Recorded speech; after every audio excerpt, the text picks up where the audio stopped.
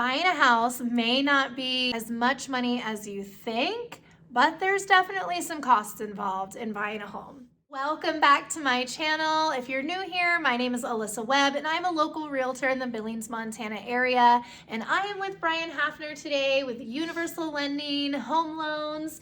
And we are gonna talk about the costs of buying a home. Even if you have a loan that's zero down, like VA loan, or if you have down payment assistance, you're still going to have some money to buy a home. You have some out-of-pocket expenses, and then you have stuff you have to pay on closing day. Chat about that. What kind of fees or what kind of costs do you have on the lending side of things? As a lender, I'm not going to charge you any money to come in and get pre-approved. If you're trying to figure out how much home you can buy, get ready to buy a house, we can have a consultation. It's not going to cost you anything. Once you're under contract, ready to buy a house, there are some costs associated with that. And they do fluctuate so much depending on what program you're going to buy, the loan amount, how much you're putting down. So of course you have your down payment.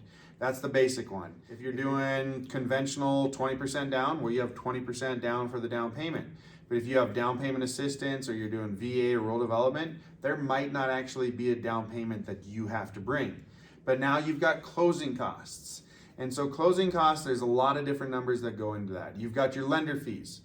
Some lenders will charge you a 1% origination just off the top. Other lenders might not charge you anything for lender fees, or maybe it's just this kind of a set rate. Universal lending, we do charge as a small set rate. So if you're buying a $500,000 house or a $300,000 house, the fees are the same for the lender and they're pretty inexpensive. You've also got some discount points if you decide to buy the rate down. And so what discount points is you're paying a little bit of money up front to get a better interest rate, which will save you money monthly. And usually I'll run those numbers for you, and it might be you're paying 1% origination, so on a $400,000 home, you're paying $4,000 up front, but you're saving $150 a month. And you might be like, yeah, like this is great, we're gonna be in this house for a long time, like this makes sense. Or you might be like, no, I would rather have more cash in my pocket when we close just for incidentals, that rainy day fund, and so maybe we don't buy the rate down. That's something that we can discuss together. You're also gonna have title fees. Here in Montana, we close at a title company. They do amazing work behind the scenes, but it's not free. And so they've got their closing fee, and they've also got some other fees. I think it's like $1,400 for the closing fee. $1,400, and it's usually split between the buyers and sellers. Although on my end, when we do the contract, we actually decide when we do the contract if it's split or not. So you can check off seller pays, buyer pays, or equally shared. Pretty standard to check off equally shared because it makes sense, right? Yeah. A lot of times on the equally shared, buyers think that it's the closing costs total are going to be split equally. That really is only the title's closing fee. VA though, actually, usually the title companies will waive that closing fee for the buyer, which is really nice. Yeah, or even like a deep discount. I don't know. I think it depends on the title company. Exactly. But, yeah. There's also going to be title insurance. And so as a buyer, you have to get title insurance, but then as the seller, they'll help pay for some of that. So you'll see a bigger number that's then offset by a number to lower that. You're going to have an appraisal fee usually. If you get a property inspection waiver, then you won't need an appraisal. But normally you need an appraisal. In Yellowstone County, for a typical home, it's right around $750. VA here, it's actually $1,000. So it's a little bit more for VA. There's just a little bit more that goes into that. You're also going to probably, you'll have a little credit report fee, some miscellaneous fees. Some of the bigger things is, so we actually, when you get a mortgage, you pay your monthly mortgage payment. That includes your property taxes and your homeowner's insurance. And so at closing, we're going to collect money to pay for your first years of homeowner's insurance. And then we're also going to collect money into a thing called an escrow account. And so that escrow account allows us to pay your homeowner's insurance when it's due and your property taxes when they're due.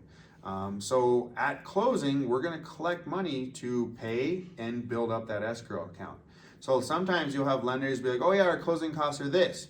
Well, then they're not actually quoting what the prepaids are going to be with the escrow, and that's a big piece of it.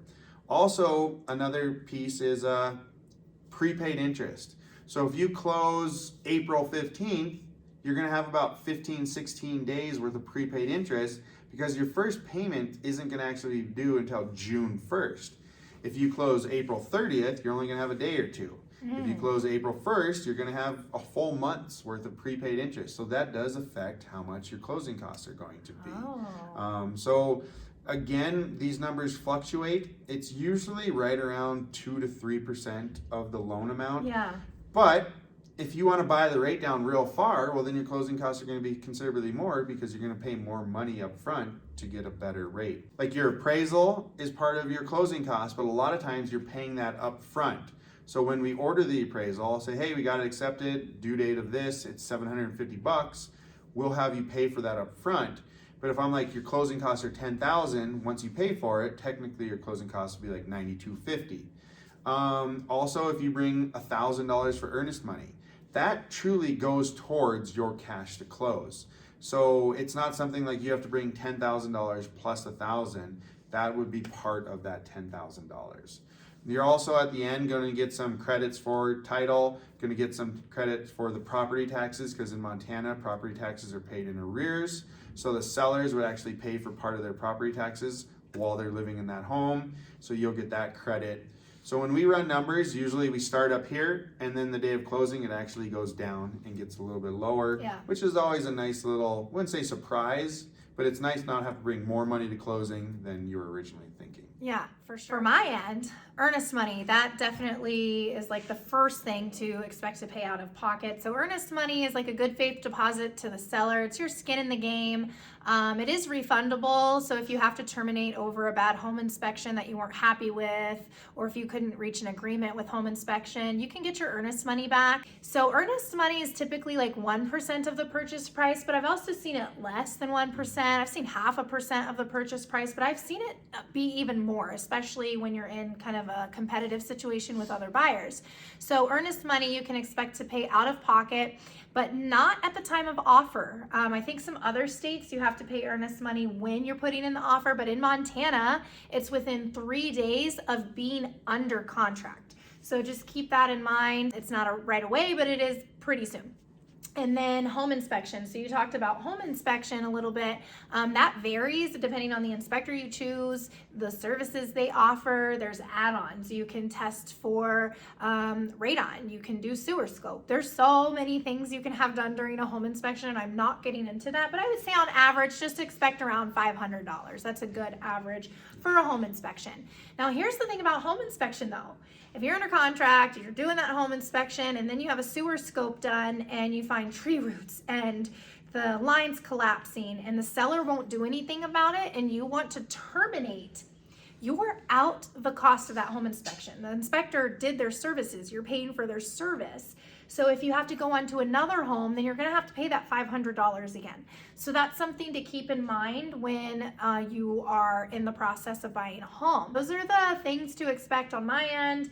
And on the lending end, I don't really know like a dollar amount that could equate to it. It's really just situational. It's tough. It's honestly, it's right now. It's usually going to be anywhere from about $6,500 to $10,000 for total closing costs, not including your down payment. Just depending on how much you buy the rate down or what your taxes. Because if you think about it, if your homeowner's insurance is $200 a month, well, we have to collect $2,400 just up front for that first year, where if your homeowner's insurance is $100 a month, we only have to collect $1,200. That's a $1,200 difference just based off of your homeowner's insurance, which we won't know until you get it. Yeah. So the numbers definitely can fluctuate, but we try to give you a really good idea up front of what it's going to be. Yeah, that's awesome. So what if you're thinking, okay, Alyssa and Brian, that's awesome, but I only have enough money for down payment. I didn't know about all these closing costs, or I only have enough for the stuff that's out of pocket or whatever. Okay, there's things we can do for that. We have what's called seller pays or seller closing cost assistance. Now, I don't think you could do this every time, but if you are not in a multiple offer situation and maybe you're not competing with other buyers for a home, we may be able to negotiate the seller paying for some of these closing costs. It's not uncommon to see seller to pay up to $5,000 or $4,500. So yeah, that's pretty much like an overall of what to expect financially when buying a home. So if you have any questions about that, make sure you go down to the description below, find our contact information. Don't be afraid to reach out, and make sure you click to subscribe to stay tuned for all things real estate related in Billings, Montana.